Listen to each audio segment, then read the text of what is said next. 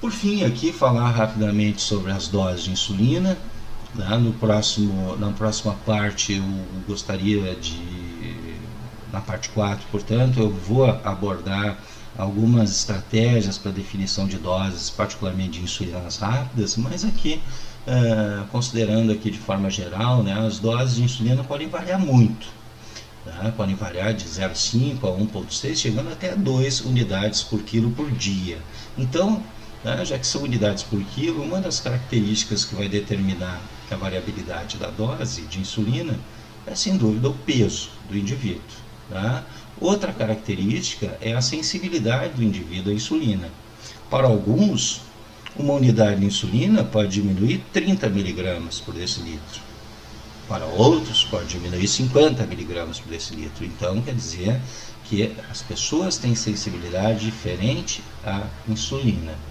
Também, se a gente estiver falando do controle pós-prandial, né, da glicemia, das alterações metabólicas, da falta de insulina, ou seja, da administração de insulina rápida para esse controle pós-prandial, tá, a quantidade e o tipo de carboidrato ingerido vai ser fundamental para a determinação da dose utilizada. Então são muitas variáveis aqui, incluindo aqui atividade física, pode diminuir a dose utilizada, entre outras. As insulinas comercializadas normalmente apresentam, a formulação farmacêutica apresenta uma concentração de 100 unidades internacionais de insulina por ml, apesar de existir algumas formulações com até 300 unidades por ml, mas o comum é 100 unidades por ml. Isso quer dizer que uma seringa típica de insulina, graduada, em unidades internacionais de insulina, que vai até 100, ela apresenta então 1 ml normalmente de volume total, e cada marcação principal da graduação, nós temos 0,1 ml da solução, ou seja, 10 unidades internacionais. A insulina, utilizando múltiplas doses de insulina no diabetes tipo 1, nós consideramos normalmente em torno de 50% de insulina lenta basal e 50% de insulina rápida. Claro que isso pode variar muito, você pode necessitar até 70% de insulina basal e 30% de insulina rápida, mas normalmente então está nessa faixa de 40 a 60% de insulina lenta e de 40 a 60% de insulina rápida para as demandas glicêmicas pós-prandiais. A rápida e para então as demandas entre refeições, ou seja, do jejum, mantendo a insulina basal no caso da insulina lenta.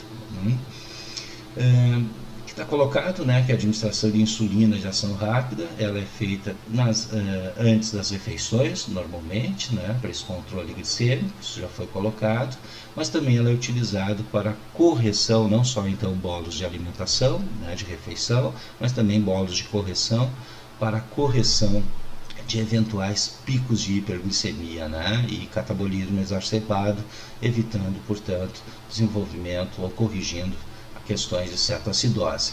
A insulina rápida também pode ser administrada, como eu vou abordar um pouco mais depois, na forma endovenosa em alguns casos mais críticos.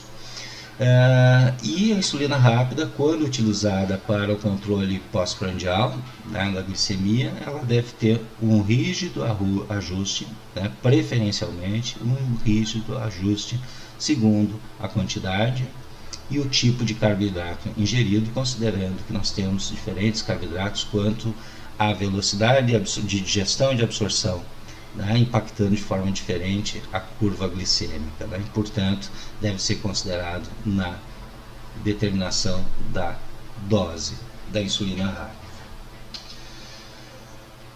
rápida. Por fim, aqui mostrando aqui uma administração típica subcutânea, abaixo da derme, portanto, na hipoderme, no tecido adiposo da hipoderme, no panículo adiposo. As regiões então preconizadas são no abdômen, respeitando em torno de 5 centímetros em torno da cicatriz umbilical, na região externa dos braços e nas regiões então anterolaterais aqui das pernas, considerando que nas pernas normalmente a atividade física posterior pode influenciar na velocidade de absorção, aumentando a velocidade de absorção, então o início do efeito da insulina. Aqui nós temos aqui uma caneta, né, para administração de insulina. Essa caneta aqui, no caso, é um exemplo que eu tirei da rede, né, disponibilizada pelo SUS. Ela pode estar aqui com um refil de insulina NPH, ou uma insulina regular, ou outra rápida, tipo Lispro, daí depende, né? Apresenta aqui uma agulha descartável, que deve ser trocada a cada administração. Internamente, então, existe aqui um refil, que nesse caso aqui ele apresenta 3 ml, ou seja, 300 unidades de insulina. E aqui você tem o regulador para a dosagem do número de unidades que será administrado. Aqui eu mostro também uma curiosidade, uma particularidade, né? Uma administração por infusão subcutânea, né? Uma bomba de infusão subcutânea de insulina. Essas bombas de infusão, elas usam então refis de insulina rápida ou ultra rápida, tá? Que é mantido numa taxa constante ao longo do dia, tá? Mimetizando a insulina basal. Então, por exemplo, se o indivíduo tomasse lá 24 unidades de insulina NPH ao longo do dia, tá? Aqui você utilizaria insulina rápida, né? E regularia a taxa de administração de 1 unidade por hora. Isso mimetizaria a insulina lenta, né? A insulina NPH, no caso do meu exemplo.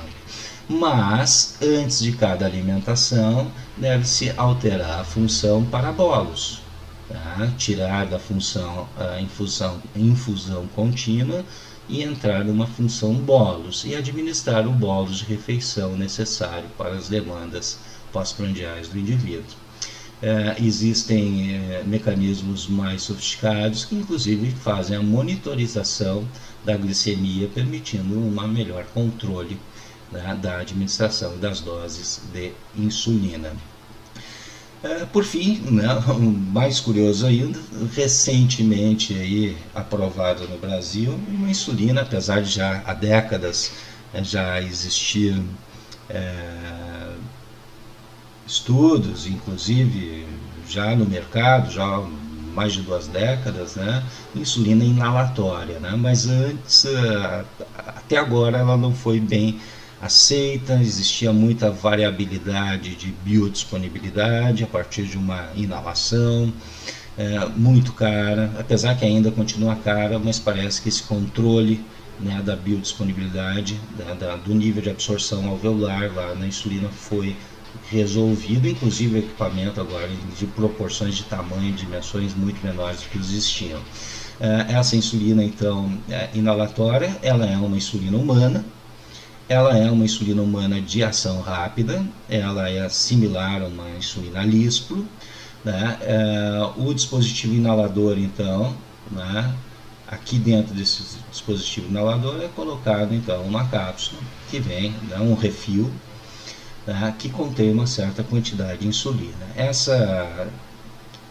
Esse medicamento aqui, ele tem disponível então refis de 4, de 8 e de 12 unidades de insulina humana, né, para serem inalados antes das refeições. Então, ela não substitui a insulina NPH ou outra insulina lenta, né? Ela não serve para manter os níveis basais de insulina, mas ela tem uma função, então, para correção de refeição, ou seja, ela tem uma função de insulina rápida ou mais próximo à ultra rápida.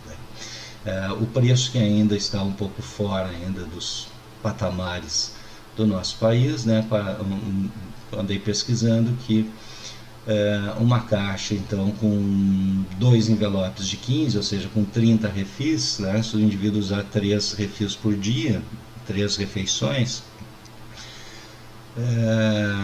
ele vai então ter insulina por um mês aqui. Isso aqui está em torno de R$3.000, né? Ainda bastante fora das nossas possibilidades como cidadão brasileiro, né? Mas acreditamos sempre que à medida que se estabeleça no mercado, estabeleça sua eficácia, sua boa capacidade de substituição à insulina subcutânea rápida, né, ela possa também ter preços mais atrativos para que chegue à população diabética em geral. Certo? Então era esse o recado por hoje. Eu na parte 4 eu vou falar um pouquinho mais então sobre algumas estratégias para determinação de doses de insulinas rápidas, tanto para correção, né, tanto para bolos de correção quanto para bolos de alimentação, né, antes das refeições. Um grande abraço a todos, até a próxima.